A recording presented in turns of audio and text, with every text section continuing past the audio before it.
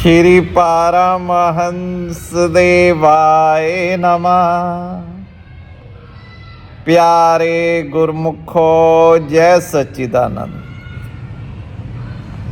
जीवन में सुख दुख आते रहते हैं, जाते रहते हैं। जीवन में कोई दुख का प्रसंग आ जाए तो भी भगवान का उपकार मानिए। दुख में भगवान की स्तुति कीजिए। अपने मन को बार बार समझाइए कि प्रभु ने मुझे सुधारने के लिए ये सजा दी है। हमारे जैसा साधारण मानव उपदेश सुनने से नहीं सुधरता। साधारण मानव मार पड़ने पर ही सुधरता है। मन को समझाइए कि प्रभु ने सुधारने के लिए ये सजा दी है। प्रभु ने मेरे पाप के प्रमाण में बहुत कम सजा दी है।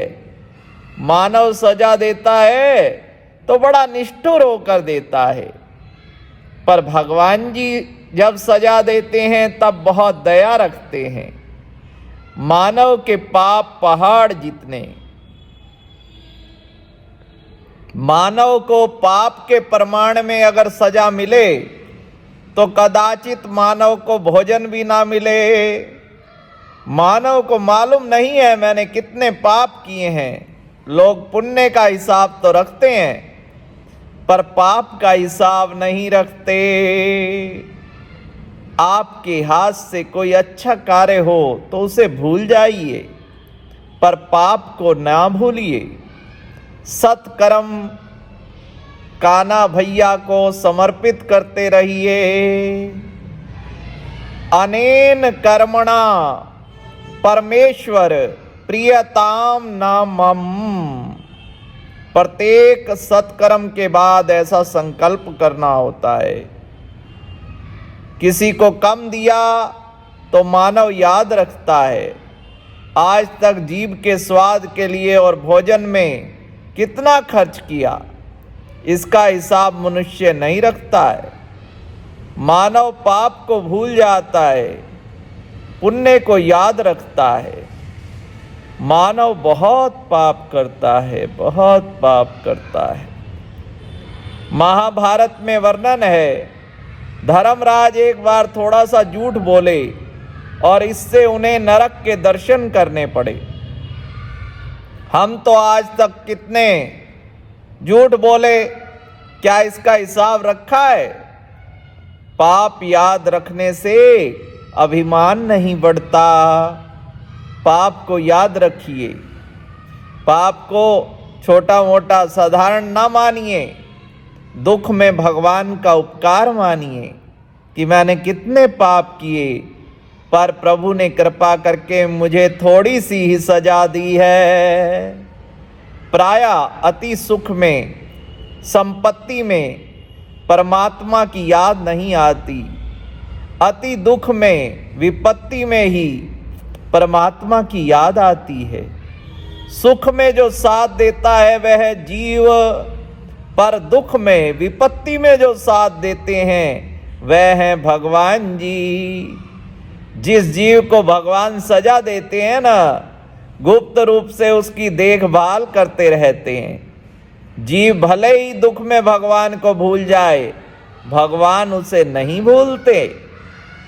जिस मानव को प्रभु सजा देते हैं उसी के साथ प्रभु जी रहते भी हैं। आपके जीवन में कभी कोई दुख का प्रसंग आ जाए तो घबराइए नहीं। दुख पाप के विनाश के लिए आया है। दुख आपको सावधान करने के लिए आया है। दुख में मानव समझदार बनता है। प्रायः दुख के बिना विवेक जागृत नहीं होता। दुख में भगवान का उपकार मानिए। दुख में मन को शांत रखकर प्रभु का स्मरण कीजिए। श्री परमहंस देवाय नमः। दुख में प्रभु को स्मरण करने वाले के मन पर, भगवान की स्तुति करने वाले पर दुख का प्रभाव नहीं होता। शरीर के जिस हिस्से का ऑपरेशन होता है उस पर डॉक्टर दवा लगाते हैं, उस हिस्से को वे अचेतन कर देते हैं, फिर ऑपरेशन करते हैं। जब शस्त्रक्रिया करते हैं, उसे काटते हैं, मालूम ही नहीं पड़ता कि कोई हिस्सा कट रहा है। एक दवा की जब इतनी शक्ति है, उससे अंग अचेतन हो जाता है और दुख का पता नहीं चलता, तो परमात्मा की स्तुति से दुख का असर कम लगने लगे तो क्या आश्चर्य है। दुख में भगवान की स्तुति कीजिए, परमात्मा का उपकार मानिए, सुख में परमात्मा का शुक्राना अदा कीजिए। जब अति दुख हो तो परमात्मा को संग मानिए। दुख का असर आपके मन पर नहीं होगा। सुख में भक्ति करने वाला दुखी नहीं होता है और दुख में भगवान की स्तुति करने वाले के मन पर दुख का असर नहीं होता है।